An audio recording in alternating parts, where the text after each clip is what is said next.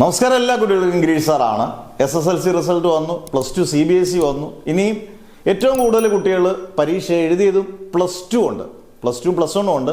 +2 result ആണല്ലോ നമ്മുടെ ഫ്യൂച്ചറിനെ എല്ലാവരും ഡിപ്പെൻഡ് ചെയ്യുന്നത്. എല്ലാവരും വീട്ടുകളിൽ എല്ലായിടത്തും പലർക്കും പ്രഷർ ഭയങ്കരമായിട്ട് തോന്നി തുടങ്ങി. ഇനി +2 റിസൾട്ട് നീ മോശമാകരുത്, നല്ല മാർക്ക് കിട്ടുമല്ലോ, പ്രതീക്ഷ ഉണ്ടല്ലോ. ഇതെല്ലാ കാലങ്ങളിലും ഇങ്ങനെ തന്നെയാണ്. ബന്ധുക്കളും രക്ഷകർത്താക്കളും ഒക്കെ 10ാം ക്ലാസ് കഴിഞ്ഞാൽ പിന്നെ +2 പിടിക്കുന്നത്. പക്ഷേ +2 ഏറ്റവും വലിയ പ്രത്യേകത ഇത് ഫ്യൂച്ചറിനെ ഡിപ്പെൻഡ് ചെയ്യുന്നതാണ്. ഇതിൻ്റെ മാർക്ക് നമുക്ക് അടുത്തുള്ള ഫ്യൂച്ചർ കോഴ്സ് ഏതാണെന്ന് നിശ്ചയിക്കുന്നതാണെന്ന് ആയതുകൊണ്ട് വളരെ ഇമ്പോർട്ടൻ്റ് ആണ്.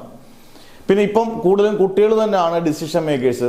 പണ്ടത്തെ കൂട്ടി രക്ഷാകർത്താക്കളോ ബന്ധുക്കളൊന്നുമല്ല, ഇവർ തിരഞ്ഞെടുക്കുന്ന കോഴ്സാണ്. പക്ഷേ അതിൽ ശ്രദ്ധ വേണം എന്ന് പറഞ്ഞാൽ ഇപ്പം ഏറ്റവും കൂടുതൽ കുട്ടികൾ ചോദിക്കുന്ന ഒരു കാര്യം ഇതാണ്. അതുകൊണ്ടാണ് ഈ വീഡിയോ ചെയ്തത്. +2 റിസൾട്ടിൻ്റെ ഡേറ്റ് മാറ്റി. സാറേ എന്തെങ്കിലും പ്രശ്നമുണ്ടോ? ഒരുപാട് പേര് തോക്കുമോ?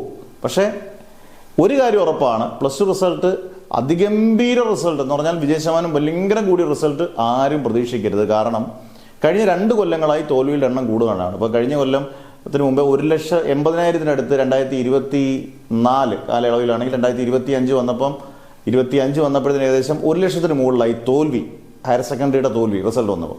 അന്നേരം ഏറ്റവും മികച്ച റിസൾട്ട് 90% റിസൾട്ട് ഒന്നും SSLC കിട്ടാൻ യാതൊരു ചാൻസും ഇല്ല.